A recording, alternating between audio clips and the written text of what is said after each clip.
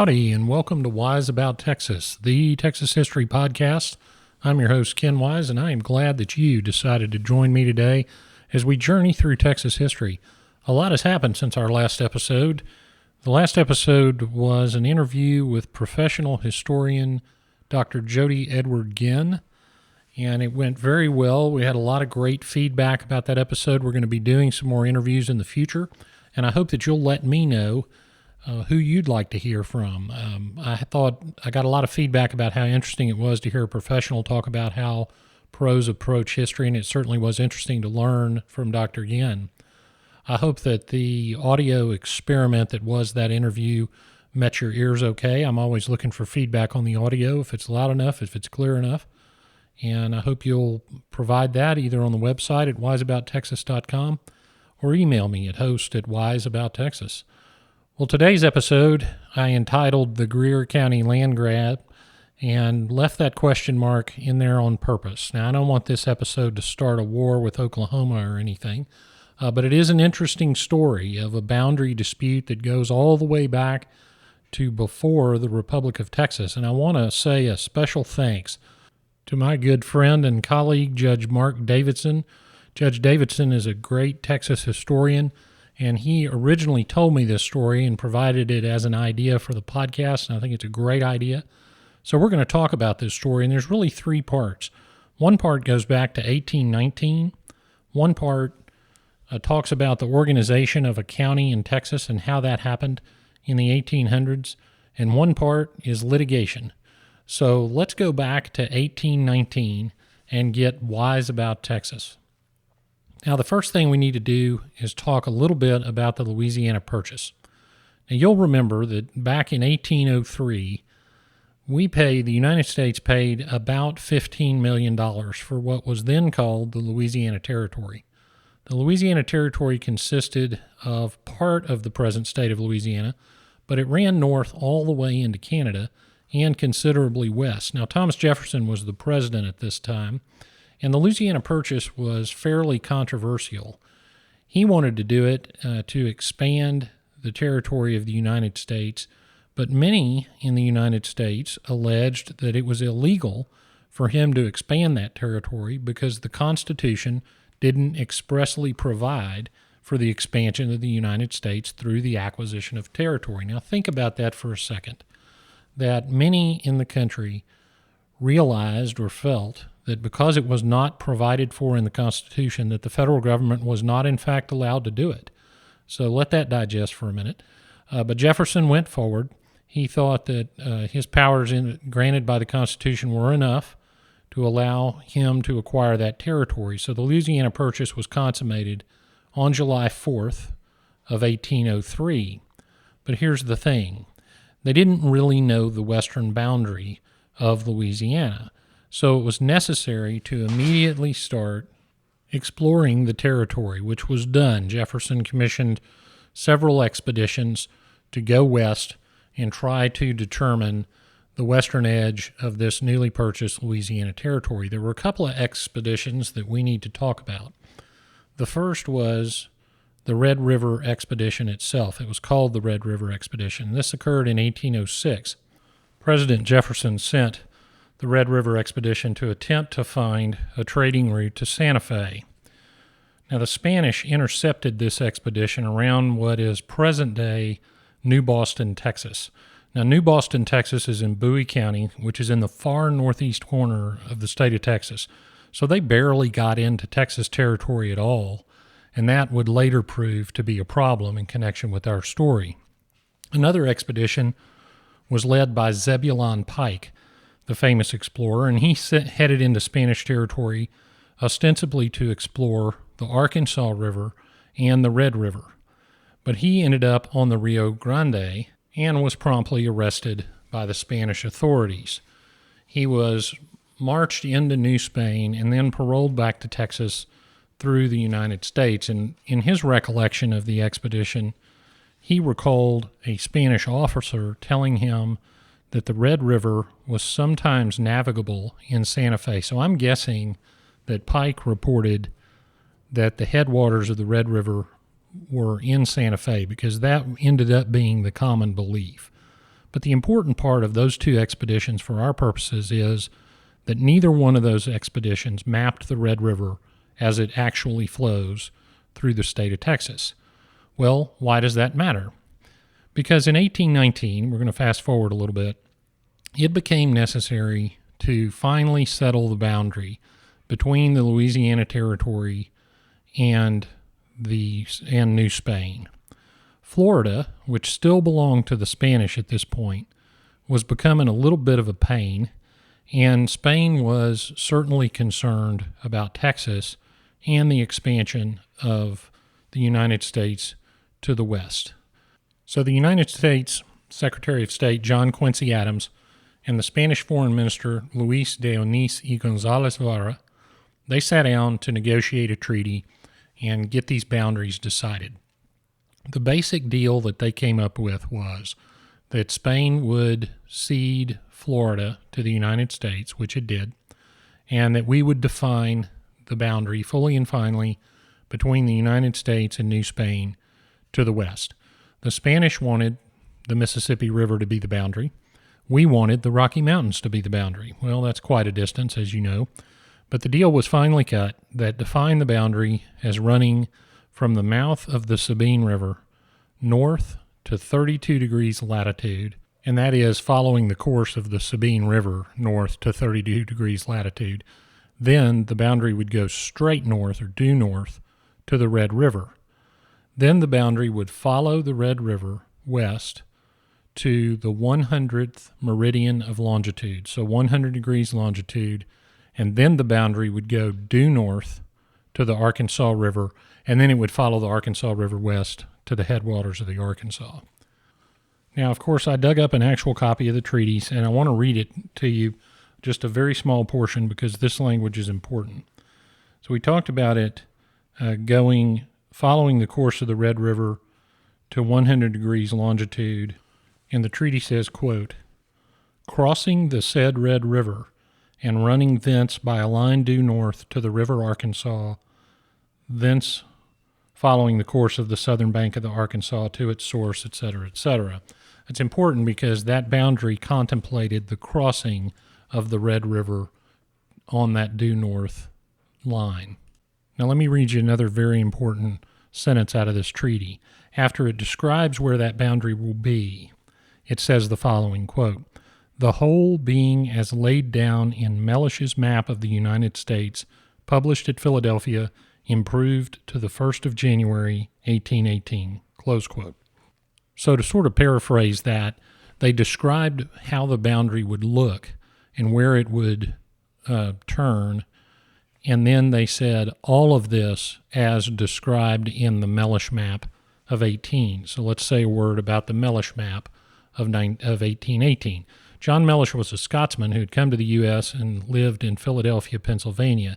He traveled extensively around the U.S. and published several maps and actually started a map printing company, which I think was the first one in the U.S. He published first in 1816 a map of the U.S. and contiguous countries. And Thomas Jefferson, the president, approved that map and wrote him a very nice letter complimenting him on it. He updated that map on January 1st, 1818, which was the map that the Adams-Onís Treaty referred to. Now, what was important about these maps was that it showed the territory of the United States and the contiguous countries' possessions all the way to the Pacific Ocean. So Mellish had consolidated the findings of several expeditions and painted a picture, a prospective picture, of course, of how the United States might expand to the west. And many of the things written about Mellish in his map talk about his map planning the idea of manifest destiny, that is, that it was the United States' destiny to expand all the way to the Pacific. And some writings even give Mellish credit for sort of inventing that idea of Western expansion in the American mind, although America had already been expanding west. But when you could see it on a map, it was just very, very different. Well, one of the things that Mellish's map showed was the Red River and the 100th meridian of longitude. But remember what I mentioned earlier. No expedition post-Louisiana Purchase had actually been out there. So Mellish drew it as he thought it would look, but no one had actually seen it, and that becomes very important. So as of the Adams-Onis Treaty, we've got the treaty drafters looking at a Mellish map, deciding that the border between the United States and New Spain should run up the Sabine to the Red, follow the course of the Red to 100 degrees longitude, then shoot due north to the Arkansas River. But of course, no one had been there.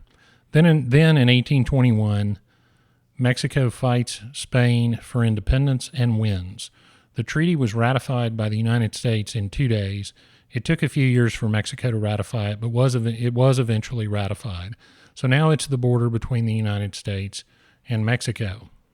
Now, after the Mexican Revolution of 1821, of course, we had the Texas Revolution in 1836.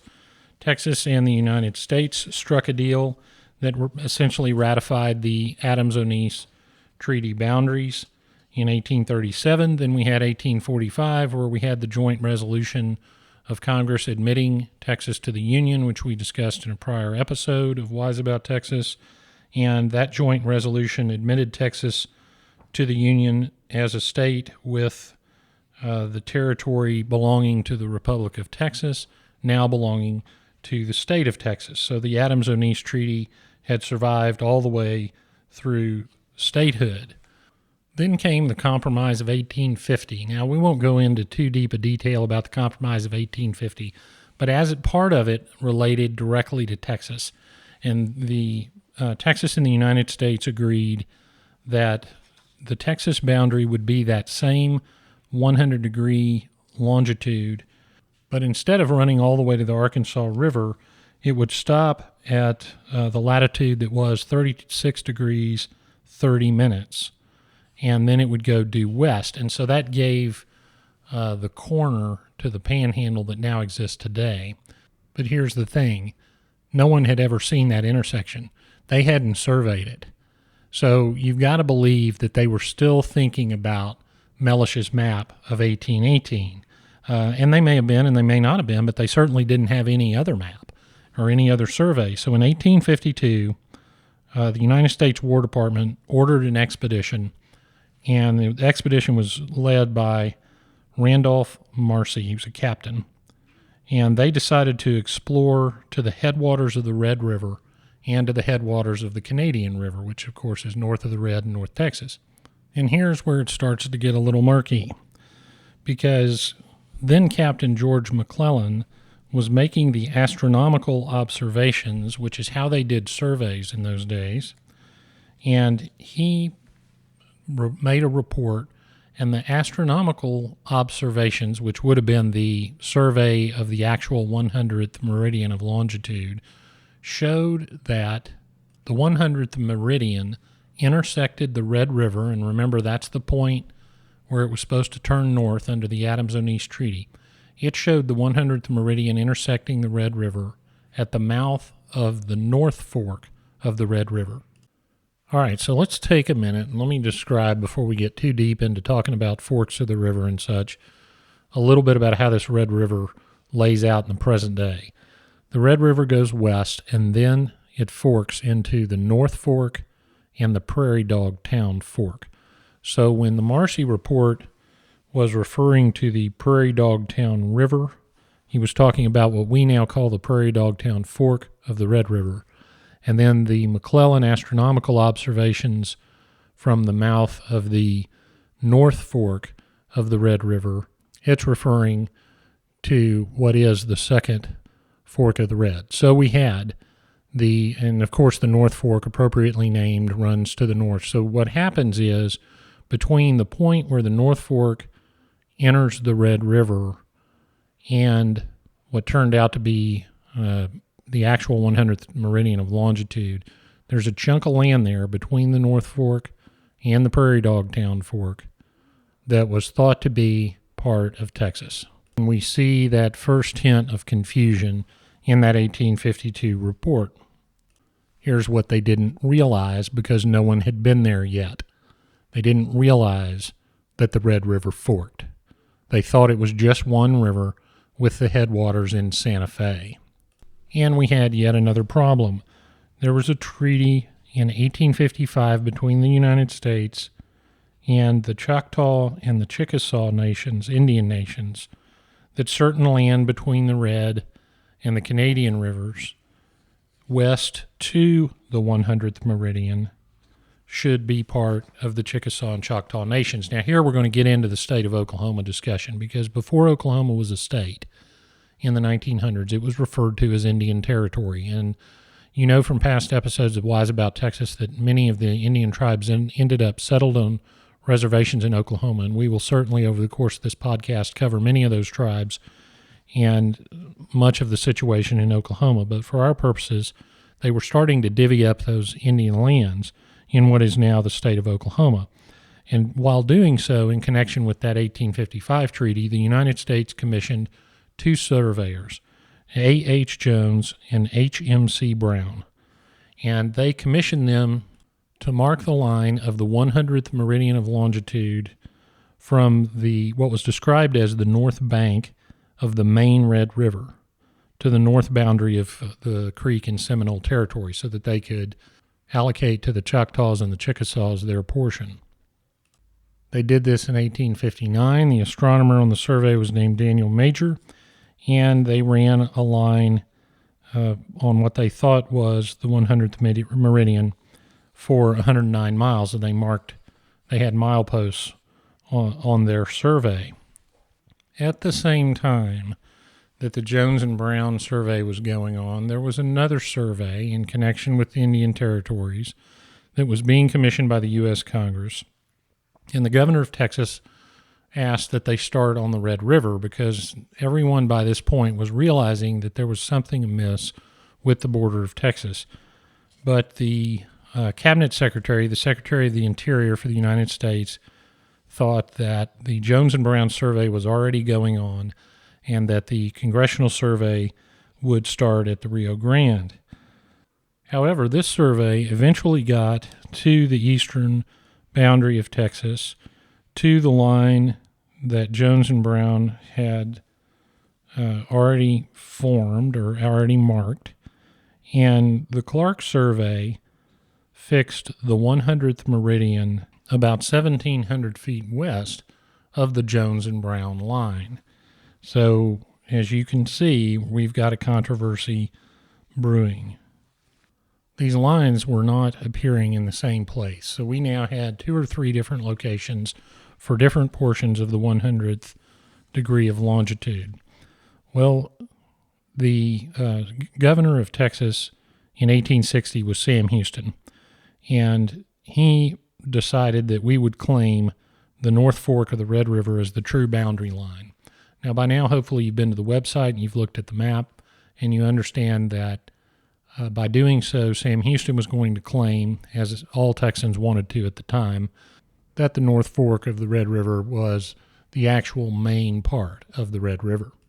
So Houston gave his instructions, and the state erected a monument on the north bank of the North Fork of the Red River that was 15 feet in diameter and 7 feet high, and declared that as the southwest corner of what was then called Indian Territory, and claimed that small portion of land as part of Texas. Then Texas took other actions to claim that portion of the land. In 1860, the Texas legislature created Greer County, and the boundary of Greer County generally was the territory lying east of the 100th meridian of longitude between the north and the Prairie Dog Town Fork of the Red River. Supposedly going by the old axiom that possession is 9/10 of the law, Texas certainly was exercising possession and starting to at least purport to exercise legal authority. The state went on to appropriate some of the unsettled land in Greer County for public school land and some for the payment of state debt. It also granted patents to Greer County, Texas, for land in other counties that Greer County could then sell or lease and use the money for the Greer County public schools. That land was some in Hamilton, some in Wheeler County. The state also created judicial districts in the area, placing Greer County in a couple of different judicial districts through several years. Then the federal government did something that was interesting. In 1879, the federal government, the United States government, created the Northern Judicial District of Texas. And they put 110 Texas counties into that federal judicial district, including Greer County, Texas. We're now into the 1880s, and cattle are beginning to graze in Greer County, tens of thousands of head. People are also beginning to settle in Greer County under the authority and on lands patented to them or sold to them or leased to them by the state of Texas. In the 1880s, nervous enough was the Texas legislature to pass an act calling on a joint boundary survey to, again, purportedly fully and finally locate the 100th meridian of longitude. The United States government, instead of saying yes or no, simply declared that the Prairie Dog Town Fork of the Red River would be the boundary. The federal government had one other problem, and that was the Indian nations. The Indians had their own claims on Greer County. Greer County was part of some great hunting grounds for the Plains tribes. There were some treaties involving the Choctaws and Chickasaws I mentioned earlier, but also other Plains tribes that caused a little bit of controversy with Greer County, which was going to be a headache for the United States government. So they knew that in the background they had to determine this border and settle this question. The Texas governor continued to plead with the federal government to settle the question. The Commissioner of Indian Affairs, a gentleman named Hiram Price, was advocating that the military go in and evict the settlers from Greer County. Even the maps of the time were confusing when you looked at them. So finally in 1885, there was an act passed that authorized the president, who was then Grover Cleveland, to appoint some commissioners, and Texas would appoint some commissioners, and we would finally get this question settled.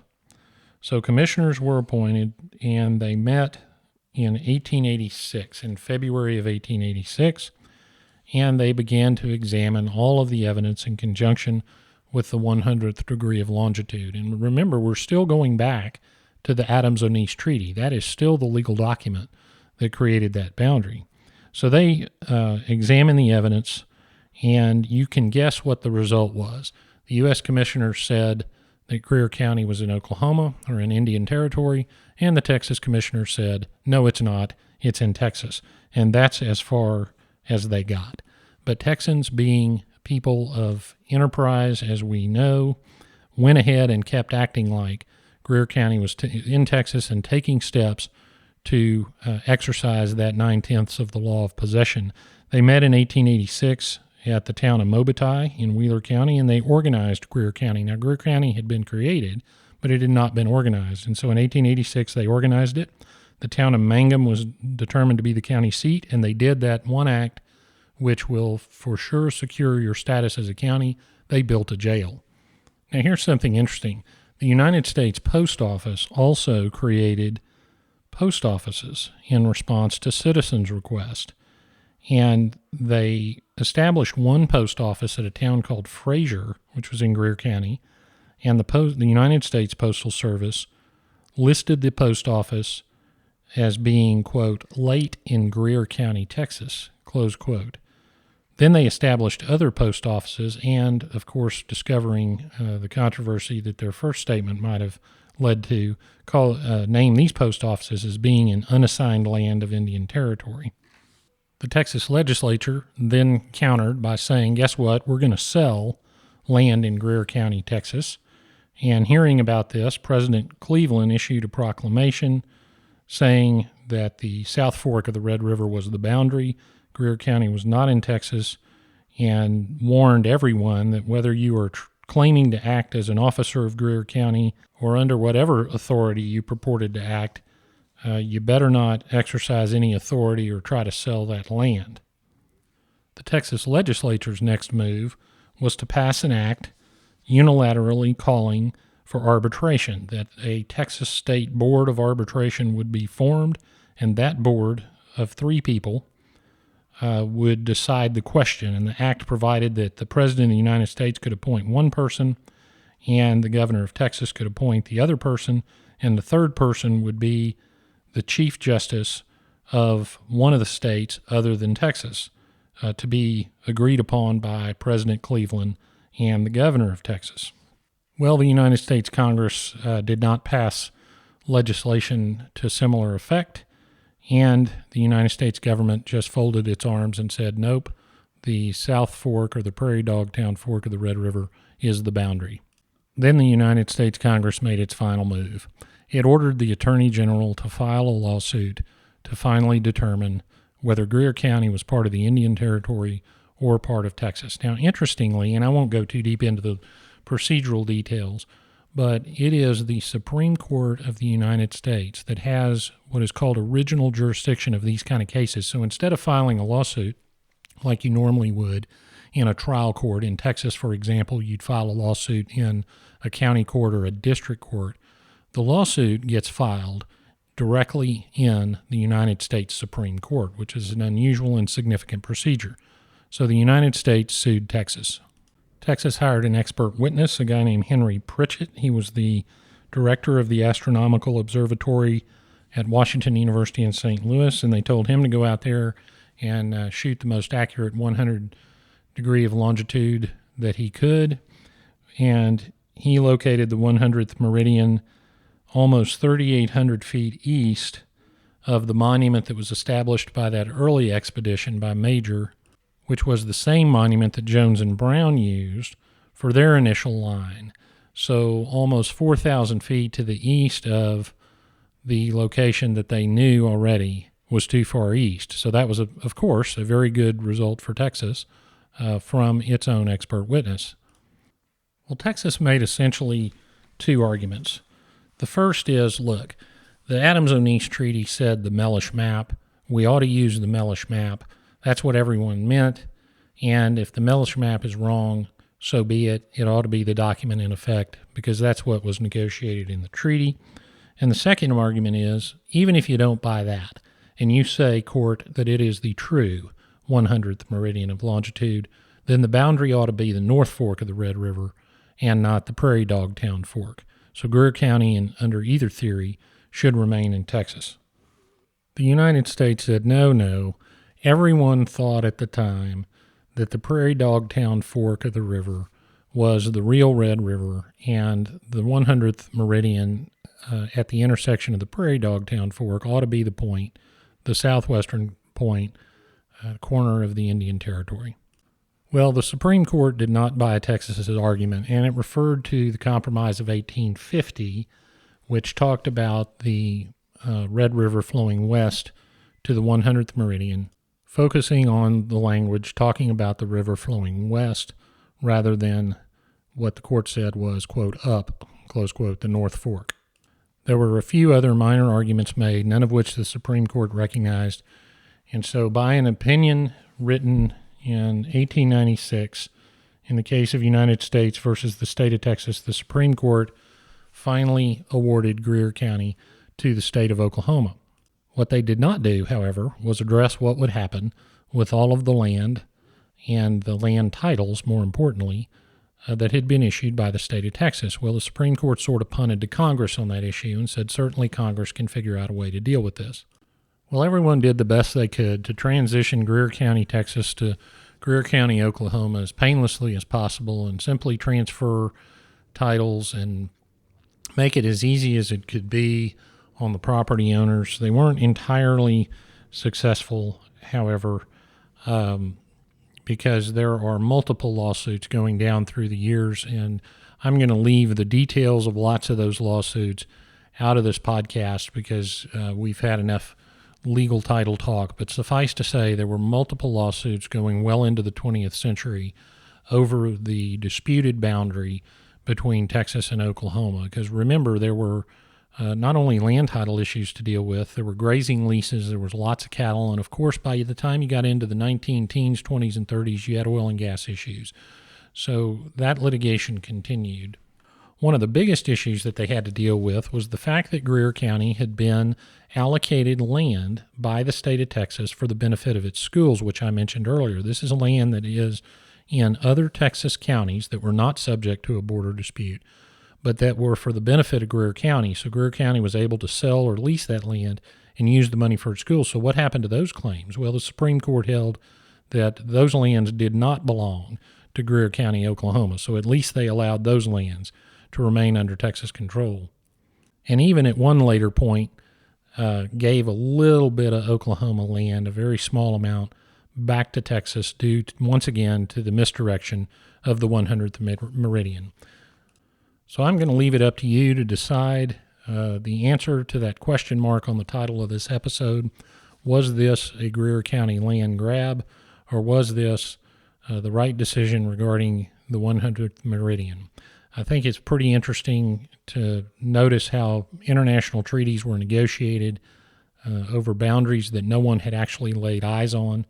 And of course, as surveying technology got better through the years, over the 5, 6, 7 surveys of the 100th meridian in the area, the meridian kept moving. So I don't know if anybody up there around Greer County wants to go out with a GPS and try to locate the 100th meridian, but if you do, let me know what you find. Now, I got one more interesting little tidbit about Greer County, Oklahoma. In 1898, the town of Hollis, Oklahoma, was laid out, and it was part of the old Greer County. The town was in Greer County, Oklahoma, until 1909, when a new county was created, Harmon County, where the town of Hollis became part of Harmon County. But in 1924, in a town that used to be part of Greer County, Texas, was born one Darrell K. Royal. And the rest is history. He went on to play football for the University of Oklahoma and become, I will allege as an Aggie, the greatest coach in Texas Longhorn football history. So I'll ask you the question, if Greer County had remained a part of Texas, maybe he would have played football for the University of Texas. Just a thought. Well, that wraps it up for this episode of Wise About Texas. Thanks for being with me today and listening to a little bit of Texas history and some of the early border wars. I hope I was neutral enough for all my Oklahoma listeners. Let me hear from y'all up there in the Panhandle, and let me know what you think about the Greer County land grab. Also, the show's listenership continues to grow, which I highly appreciate. I hope you will like the Facebook page of Wise About Texas. Follow us on Twitter and Instagram at Wise About Texas, and tell a friend about the show. Well, once again, thanks for listening. Go out and do something for Texas today. And until next time, God bless Texas, and we'll see you down the road.